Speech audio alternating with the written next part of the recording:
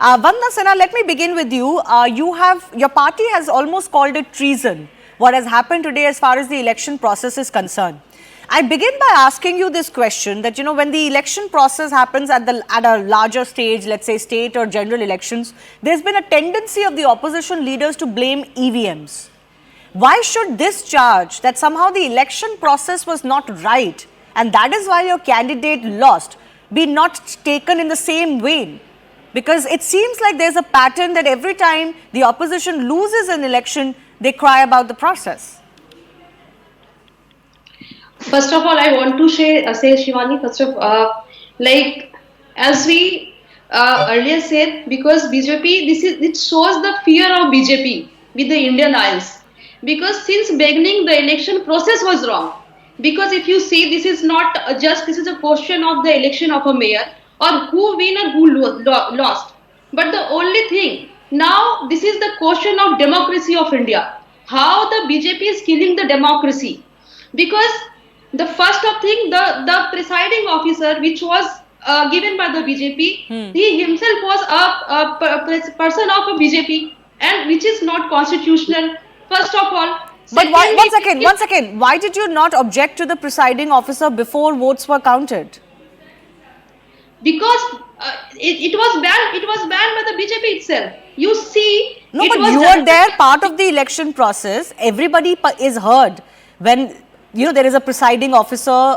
There are people overlooking the election. So if the presiding officer was the problem, why were the ballots even cast today? Why were the ballot box open today?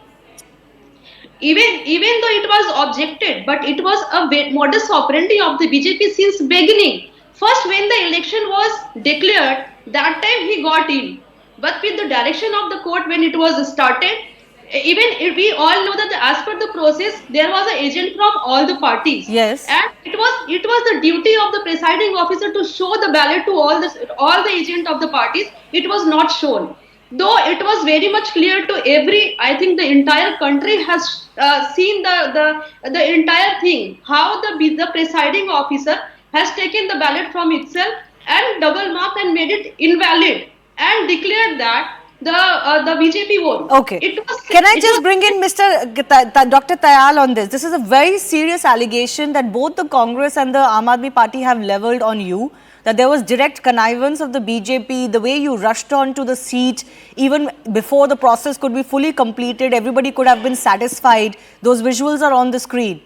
How do you respond to this very serious charge that the presiding officer was favourable to the BJP and did not quite show these alleged invalid votes to the satisfaction of the opposition here? Thank you, Shivani. I think the first thing which Vandana has said, that the presiding officer itself was unconstitutional because he was of the BJP. Now, that is a serious ignorance, I would say, on her part, because the manual says, the rule book says that the presiding officer has to be one from among the councillors of those who are not contesting, right? So, and in any case, he's a nominated councillor. So he was not contesting. To the court also, when it issued the directions, said Anil Masih would continue to be the presiding officer. So you are very right when you say that, why did you not object? They had gone to the court. The court also said, now this is a very, this is something that is being done by Congress and AAP all the time. The question you raised, about the EVMs. So when the EVMs are there, the EVMs are bad. When they are not there, the ballot papers are bad. Interestingly, a few days back, Sam Petroda came online and said EVMs are bad, and Congress says he is the person behind the IT in India. And the man says that, okay, it has been such a long time, but we don't have time now to get into it.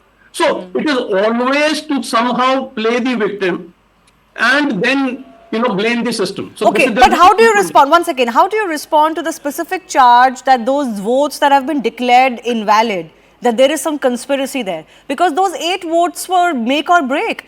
The BJP and the Akali Dal, that is not your alliance partner but voted with you in this case, you didn't have the majority. So, the entire election process has been held most transparently. All of it is on camera. Right? So there is nothing which is not there. They've gone to the court has held a hearing for tomorrow. Right? It has been televised, it is all there. So if there is anything, we will know tomorrow. So what is what is there to, talk about today? Okay, It is Ashpreet, on camera, the evidence is sealed, all of it is available. So we'll know, but here is this, I'll tell you what the background of the whole story is. I think it is very important for the viewers to understand what is the background to the story. yes, very quickly, please. Yeah. Yeah, the background to the story is that this whole thing was pitched up while India Alliance was still there. And then now the India Alliance is, RIP. So the situation is, original offer by the Congress to Aam Aadmi Party was, we will have the MP, you can have the mayor and the senior deputy mayor. So we will have the MP and the deputy mayor. Now, the MP was not agreed to. Now, if Aam Aadmi Party MP mayor becomes, then he becomes a serious challenger to the Congress MP, which they don't want.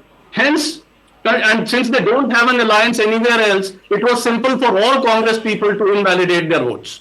Ashpreet, that is something that, will be the natural assumption of a lot of people. This has happened before in such elections. It has happened in Chandigarh elections in the past, that party men, women don't always vote according to party lines. They either abstain to let a candidate win, or there are invalid votes. Why should, because of the situation of the India Alliance in Punjab particularly, because of the fact that AAP and Congress don't particularly see eye to eye when it comes to these alliances, why should anyone doubt that these votes would have been invalid? Could have been internal sabotage. Thank you very much, Shivani, for the question. I'll answer all your questions. I just humbly request that I be given a minute and a half uninterrupted.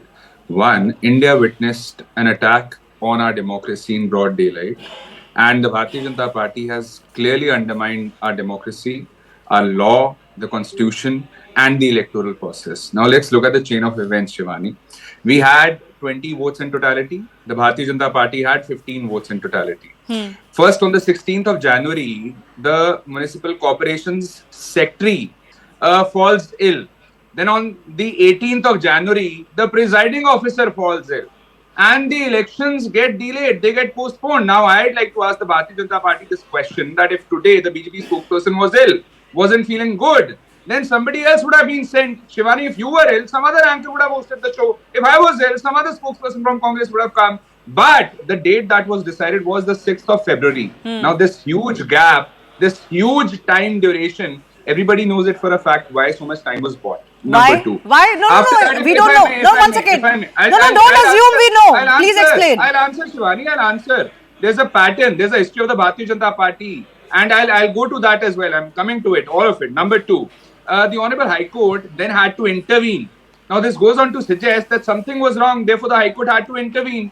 And the date was made 30th of January.